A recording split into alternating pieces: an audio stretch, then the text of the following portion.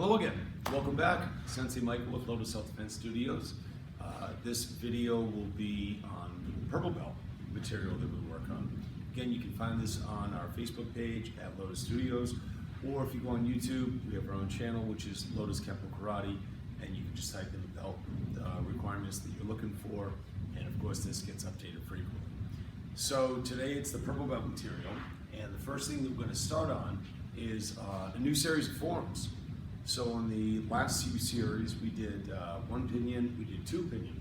Now we get to a form called Kata, which is K-A-T-A, which means formal exercises. It's a lot different than the pinion motions. Pinions, it's rigid, it's linear, it's straight, it's hard. Again, nothing wrong with that. Pinion is the opposite. It's kind of like the yin to the yang. So it's a little bit more fluid, it's smoother in motion, it's circular in nature, and it's got a nice flow to it. So let's begin with that. So this is one kata. In the beginning, as in every form, we have a front position, we bow, step out with the right foot, cross one fist out over the other. My first opponent being directly in front of me is going to come at me. I'm going to use my right hand to check block him.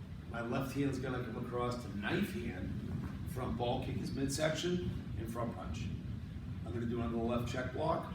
Right knife hand comes up, right front ball kick, followed by a left front punch. The fists are going to cup on the right hand side, cup and saucer. Incidentally, whenever you see a cup and saucer where the cup is in the downward position, it means a block motion is coming out. If you were to see the cup up like this, it means we're going to go into a kick for the next sequence. So this motion is down, so it's going to be a block or a hand posture. So as we rotate to our rear, it's an X block high, slight lean back, block down with the left, straight front punch, and drop the right arm. You're going to step back with the right foot, and you're going to X block. Now this could be either for somebody throwing a kick at you or somebody throwing a punch at you. You're going to grab the person. In this scenario, we're going to go as though it's a kick. You've grabbed the person's ankle area, you've picked it up, you've thrown it away, and this places you directly back in front of person number one. My hands come up as a knife hand to block the top of my head, left hand as a guard. I'm going to draw my hands back as I sidestep, double knife hands down on top of the person's arm. I'm going to tiger claw down his face, spear poke strike to his throat, cat stance and palm block down. The person behind me could either be throwing a straight kick or a straight punch. I'm going to jump out. This left hand is a knife hand block. This right hand is a hammer fist going behind me, and front ball kick to his midsection. I'm going to rotate back to guy number one with a number two block, back punch to his chin. This is what we just talked about with the cup and saucer. You see the hand in the upper position means a kick is coming out next. So I'm looking across towards 3 o'clock as I'm going to back fist with my right hand, side kick low, cup my hands across to my opposite side, back fist block with my left hand, side kick low, cross my arms out, one over the other, and bring back in and bow. So again, within a pinion or kata, you should always begin and end in approximately the same spot. As you progress and your level gets higher, you could actually challenge yourself by taking some chalk or whatnot and drawing like a big X on the floor and trying as hard as you can to come back to that bullseye point, okay? That strive for perfection. At this level, as purple belt, you also learn 2 more combinations in the series. Combinations number 4 and 18, and again, they both have a correlation. Number 4 is going to be a straight back step with a high block. Number 18 will be a straight back cat stance with a low block. So one deals with the strike that might be coming at me from here to the facial area. The other one might be dealing with something that's coming at me again from here down low. So you have every base covered. Let's tackle number 4 first. Great technique. Person's coming in, again, assuming it's a higher punch.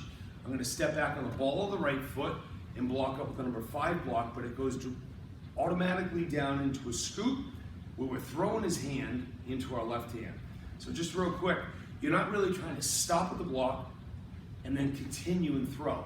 Think of it as one continuous motion. So as my attacker approaches and punches, I step back on the ball of foot, block up with a 5, open the hand, cup his wrist, and throw it to my left hand. As I'm grabbing onto him, I'm going to slide a back fist up to the person's temple. That would be on his right side.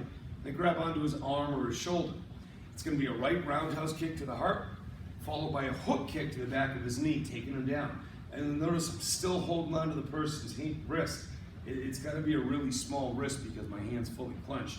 So I'm going to heel kick through the person's rib cage. His torso would be here, his legs are here, and his face is in front of me. Front punch to the face right, front punch left, scoop kick, stomp kick, cross and then cover. Okay, combination number 4. And one more time so the person attacks, and hey! Guilty! And then combination number 18. Great combination, great technique for a kick, especially a linear kick. Could be a side kick, could be a front kick, instep kick, any of those. It's got a low parry block. And again, parry is a soft block or deflection we talked about earlier in the series. So I'm standing again in a neutral stance. Person throws an attack. I'm going to slide back into a cat stance and parry block or deflect the person's leg or punch away from me. I'm going to lunge in towards his center, and it's a forearm smash going to the left side of his cheek. I'm going to grab the back of his head, or the back of his neck, pull him into a knee to his midsection as I continue to hold and drive the person down. So if you can picture this, he or she is on their hands and knees position, so I'm basically looking down at their spine. The right arm does a drop and elbow to their atlas, which is the center of the shoulder blades. Rotate my body, reverse hammer smash to his temple, and then cross and cover and get away. Again, excellent, excellent combination. I think it's actually one of my favorites. Combination number 18, person throws an attack. Captain Perry, forearm, grab knee, elbow, hammer, and cross and get away. So, that concludes the combination series in the first part of the kata. On the next series for Blue Belt, we're going to continue with our self-defense techniques known as Kempos. A few more combinations, another form, and what you'll notice is material really starts to kind of pile up a little bit. I don't mean that in a bad way. You just start to have a lot of it. So if it's helpful to you, take notes. Start a karate journal or a notebook, and you can write some of these things down. That way you have something to reflect back on, through your process and your journey in the martial arts. And also, as always, please feel free to come to me or any of the other instructors and ask for help if you have a tough time with a particular move, technique, form, or whatnot. Okay? Word of the day. You ever, you're at your desk, right? And you got a favorite pen. And you lost it. It's gotten misplaced somewhere under some papers or whatnot, or under the keyboard, and you're sitting there and you're hovering over the desk, and you're like, I can't find it. But then you kind of step back just a little bit, just a few feet. Everything that's there, you have a full view of now. And it's like, oh, there it is, it's right there. It was right there the whole time. I often find, again, for myself, a lot of times you're searching for something and you're searching so hard that you can't find it. When in actuality, it was always right there in front of you the whole time.